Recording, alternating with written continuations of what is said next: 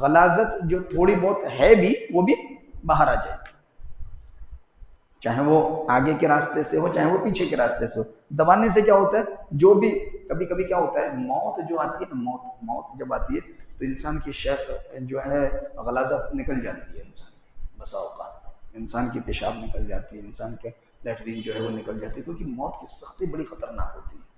تو کبھی کبھی پوری نہیں آتی ہے، راستے میں ادھر ادھر رک جاتی ہے، تو وہ دبانے سے کیا ہوتا ہے، وہ چیز بھی باہر آ جاتی ہے، تو اس کو دبانا چاہیے۔ اچھا، اتنی زور زور سے بھی نہیں دبانا چاہیے کہ پیٹ ہی پھٹ جائے، آرام سے سکون کے ساتھ، تاکہ گندگی جو ہے وہ باہر آ جائے۔ پھر باہر آ جانے کے بعد میں ہاتھوں پر گلوز پہننے کے بعد کپڑا لے پانی سے آگے اور پیچھے ہاتھ ڈال کر پورا اس کو صاف کرنا، گندگی کو دھو دینا، پاک کر دینا، یہ ہو گئی بات۔ پھر اس کے بعد اعضائے وضو کو جو ہے وہ دھونا، اعضائے وضو کو جیسے نماز کے لیے وضو کرتے اس طرح سے اعضائے وضو کو۔ پھر اس کے بعد میں جو ہے وہ داہنی طرف سے پانی ڈالنا۔ کتنے بار پانی ڈالنا؟ 5 6 7 8 جتنے بار ضرورت پڑے اتنے بار پھر پانی اس کو بہاتے رہنا، پہلے سامنے سے، پھر ادھر سے کربٹ ایسا لے کر، پھر نیچے سے، پھر ادھر سے ایسے کر کے، پھر ادھر سے نیچے سے، پھر ایسے کر کے۔ اب اٹھا کے بٹھانا نہیں، میت کو اٹھا کے بٹھانا نہیں، بس لیٹے لیٹے تھوڑا سا اسے اٹھا کر اندر سے ہاتھ ڈال کر پانی جو ہے وہ ڈالتے رہنا چاہیے، 5 سے 7 مرتبہ ایسے کرنا چاہیے۔ اور یہ کیسے کریں گے؟ بیری کے پتے سے کریں گے، بیری کا پتا ڈالیں گے، اور بہتر ہے کہ بیری کا پتا اس میں ڈال کر گرم کر اس کو ہلائیں، جھاگ آ جائے، اس کے حساب سے پھر کریں۔ آخر میں جو ہے وہ کافور کا استعمال کریں، یہاں تک غسل کی بات جو ہے وہ پکی اور ثابت ہو گئی۔ سمجھ میں آ گیا؟ اب کہیں بھی ہم رہیں تو ہم غسل دے سکتے نہیں دے سکتے؟ کوئی ڈاؤٹ ہے؟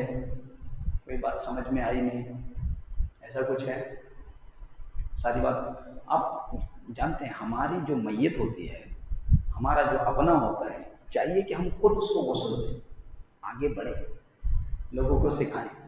ایسے ہوتا ہے، اب لوگوں کو باہر سے بلا لیا ہے، اس کو بلا لیا اس کو بلا لیا، پھر کیسے وہ لے کر جا رہا ہے، اچھی چیز نہیں۔